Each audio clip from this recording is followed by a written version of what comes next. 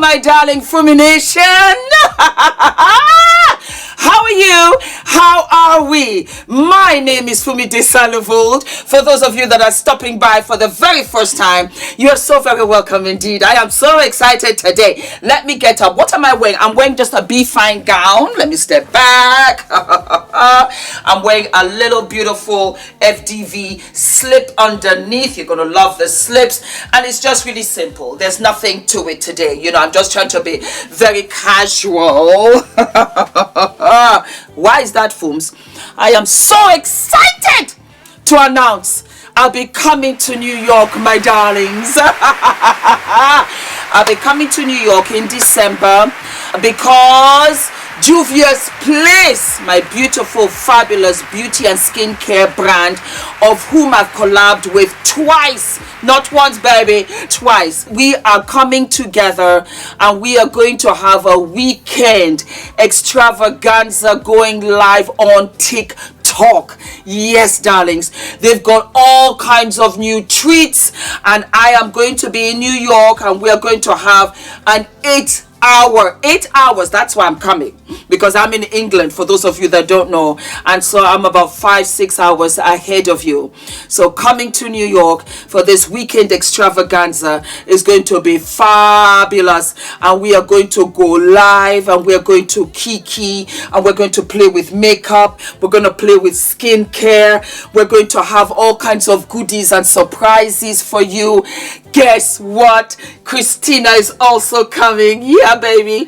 So you're going to see us around town. And I am also trying to put something together. Yep. A little something for my Fumi Nation. And it's only going to be 200 people. Absolutely exclusive in Manhattan, with all kinds of exclusive surprises. Capsule collection surprises.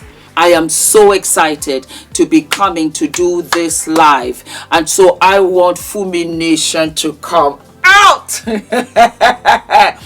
and show up and show out for the live. It's going to be the first week or the second week of December. I will iron out the details, but I wanted you to know that baby girl is on her way to see you again. It's a Christmas present coming early. That's the only way I can describe it. So that is that, my darlings. Now let us get on to P. Diddy. Hello, Diddy Poo. How are you out there in those jail streets? Now, let me get this correct, because I never ever say, but I want to say it today. P. Diddy is at the Metropolitan Detention Center in Brooklyn. And Diddy Poo has not been a good boy. You already know that he's out there in those streets being accused and being detained for a whole bunch of things. And Diddy Poo said to himself, I want to get up and out. I actually do believe that he knew coming to New York that he was going to be arrested, that this was going to be the procedure. And he must have thought that because it was the procedure, he will go in, they will fingerprint him, and then he'll be out on bail. I humbly think, these are my, lawyer instincts, that was what he must have been told, advised, whatever, and so he willingly did it. He cannot believe that he's going 3 months in there behind bars. But Diddy Poo said to himself, let me get my body together. So he got rid of all of the drugs that was in his system. He wasn't well. He was sick. He was throwing up. He's lost weight, his teeth, everything. Hot mess. He's gotten himself together. And Diddy is a survivor. And he said, you know what? I need to push in my survival instincts. And so where you would think, and this is the arrogance of Diddy, you would think he would say to himself, I am sorry of what I did to Cassie, allegedly. No, we saw what he did Cassie on film. What he allegedly is being accused of, you would think that he would sit inside that jail in the detention center and be sorry for himself. Absolutely not. Combs now has made friends, which is a good thing, in a sense. And he's influential. Don't ever doubt Diddy for a minute. Can you imagine how many people know Diddy? Do you know how many people that are in supportive of Diddy still up until now? So they'll be like, brass, we got you. in and out of jail. Well, he's made some friends in jail. I'm sure he's even made some old friends. He'll be like, isn't that Donnell over there? Donnell, you still here? I didn't know. Listen, I got something. Will you do it for me? He's making friends in jail, and he's got friends or inmates doing stuff for him. Yeah. 110%. When I tell you that homeboy is not serious, homeboy is not serious. Let us read a little bit, okay? So that everybody can be on the same page. So here we have, prosecutors accuse Sean Diddy Combs of violating jail rules, orchestrating campaign to influence public opinion, because he wants the court of public opinion so that we can feel sorry for him, so that when the jury comes, very much like OJ, that he will be able to have empathy and compassion thrown his way. We'll get to that in a minute. Let us continue to read. Los Angeles, November 17th. Troubles continue to mount for rapper Sean Diddy Combs as prosecutors have claimed that the rapper has made an effort to evade law enforcement monitoring. The prosecutors have also claimed that he has tried to corruptly influence witness testimony while incarcerated at the Metropolitan Detention Center in Brooklyn, reports People magazine. In new court documents, which were filed on Friday, November 15th, the 55-year-old music mogul is being accused of using other inmates' phone access, using a non-authorized third-party messaging service to communicate with multiple people, and enlisting his children for a social media campaign around his birthday, allegedly in an effort to influence a potential jury. What did I say? Remember, I told you, I said these children are children. And I say that because they are so privileged that they don't have the street smarts. They don't, especially Christian Combs. He's not the sharpest tool in the shed, and I don't see any of them coming together to orchestrate all of this hardcore campaign for Daddy Pooh. I just put it to the side that they're scared, they don't know any better, and they're just going by what Diddy is telling them behind bars, because they don't look like they even know what bathroom to use on a daily basis. They don't have it in them. They don't have it. What? They don't have it in them. Instead, they're busy pulling Ray J by his backpack. They don't know what they're doing. Say to Daddy, happy birthday to Daddy. Happy birthday. Keep going. Happy birthday to Daddy. Keep going. Go. Happy birthday to Daddy. Yay! I love y'all so much. We love you too. Love you, Pastor. I can't wait to see y'all. Yeah. Can't wait to see y'all. Yes, And I just want to sir. say I'm proud of y'all, especially the girls. I mean, all of y'all, but just for being strong. Thank y'all for being strong, and thank y'all for being by my side and supporting me. I love y'all. I got the best family in the world. My birthday, I'm happy. Thanks to y'all giving me this call. Thank you very much. I love y'all. Love you too. Can't wait to see you in a couple of days. I'll see y'all in a couple of days. Say it again. What you say? I love Daddy. I Yeah. love you too, baby.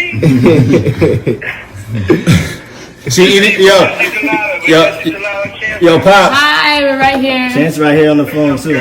Pops, love eating all your cake, so you're not gonna have none left. She's literally digging her face in it. Hey, grab the body you doing. Yo, she's face down in the cake right now. Say hey, Chance. Happy birthday to my. We love you. Chance is right here too. If you can hear on the phone. One more time. Hey, Chance. Happy birthday. Thank you, baby. I love you. Love you too. Miss you. See you soon. Okay. That's And so I felt as if, you know what, this was Diddy's influence. The mother came out to give one kind of speech. It wasn't her. It wasn't her. The way that she was dressed, it really wasn't her. It was either the lawyer or it came from Diddy. Diddy is pushing this narrative. Yeah? He's pushing this narrative that we're going to have to feel sorry for him. And that comes from arrogance. That comes from cockiness. That comes from the fact that he still does not understand where he's at. He does not understand, and he doesn't understand the ramifications of what he has done. You know why? I tell you why. Because he's been doing this for over 30 years and gotten away with it. Now he's locked up. He still can't get it, but he's influential because he knows everybody. So he's got people behind bars, the inmates who are doing things for him, third-party calls, and we don't want him out of jail. We don't want him to meet bail, because if he's doing this behind bars, can you imagine what he will be doing under house arrest? He will just say, Christian, give me your phone. That's it. Christian will give him the phone and he'll continue with his business. It is also a direct oof to the court system. Diddy does not respect any law. He does not respect anyone. He does not respect any law. And as far as he's concerned, he is the law and New York's smart city. Let me continue reading. As per People, the new allegations come as part of the prosecution's opposition to Combs' latest motion for bail, filed on November 8th, and after he was denied bail by 2 different federal judges following his September indictment on the charges of duda, trafficking and racketeering and transportation to engage in duda. In the new court documents, prosecutors urge that Combs offers nothing new and material justifying a third bail hearing and has continued to engage in a relentless course of obstructive conduct designed to subvert the integrity of the proceedings. While attempting to evade law enforcement monitoring, the defendant has, among other things, orchestrated social media campaigns that are, in his own words, aimed at tainting the jury pool, made efforts to publicly leak materials he views as helpful to his case, and conducted witnesses through third parties, the document alleges. For these reasons, the court should deny the defendant a new bail hearing. In the opposition, prosecutors allege that Combs has repeatedly communicated with others in ways that are designed to evade law enforcement monitoring by using other inmates' phone access codes to make calls, using 3-way calls to conduct other individuals, and messaging unauthorized contacts via unauthorized third-party communication system. I want to say something. The OJ case was a unique situation. There were many branches that came from the tree. The case started before the OJ case. There was a lot of injustice that was going on in America. This was before I came, just before I came. It was very much a black and white America. And the one case that broke the camel's back was the Rodney King case, where you saw policemen, white policemen, beat up on this man. And it was there, evident for everybody to see, and the police walked away free. Soon after, 2-3 years after, the OJ case came. Between me and you, do I think that OJ did it? I think he knew about it. But it was not about OJ. Was black and white America, because there had been so many injustices and the imperialism on black America that black America said, what you do to us, we'll do to you. We will sit back and the opportunity will present itself. And that opportunity presented itself in the OJ case. It was for all of the black men, all the black boys, all the black women that had received injustice from the justice system, and nothing had come of it. I watched a documentary 25 years after of the O.J. Simpson case. It was eye-opening, it was powerful, and they actually vocalized it. There was an old juror. She was in her 90s. I think she's passed away. And she said that from the moment they walked in, they had all decided that he was going to be set free, that they were going to choose non-guilty. It wasn't about OJ. It had nothing to do with the case. It was a matter of that was justice for them. I remember very well, they were waiting for the jurors to come up with the verdict. They came up with the verdict right away. They had been in there, I think, away from their families for over a year. They were fed up. But this older lady called it. She was a juror, and she said that we had made the decision from the beginning. We didn't want to read. We didn't want to look at anything. We didn't care. And it was sad because of the Brown family, because that was the sacrifice, and the family never got justice. That was what that was. It had nothing to do with OJ. It was only because Nicole Brown was white. That's why. If Nicole Brown was brown, it wouldn't have made the headlines. And the story started before OJ walked into the room and was accused of what he had been accused of doing.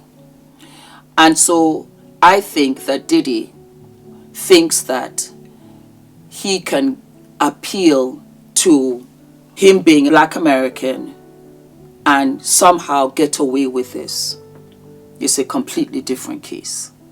It is a completely different case, and it's a completely different time. Not that racism still does not reside. Yes, it does. But Diddy, and I don't know why I'm giving you the advice, but I'll give you the advice. It's a different time for you, and you have to take accountability for your sins, and you're doing it the wrong way. The second you begin to humble yourself, the second that we can see that you are humble and you are not making these kind of moves all over the place, that is when you will make bail.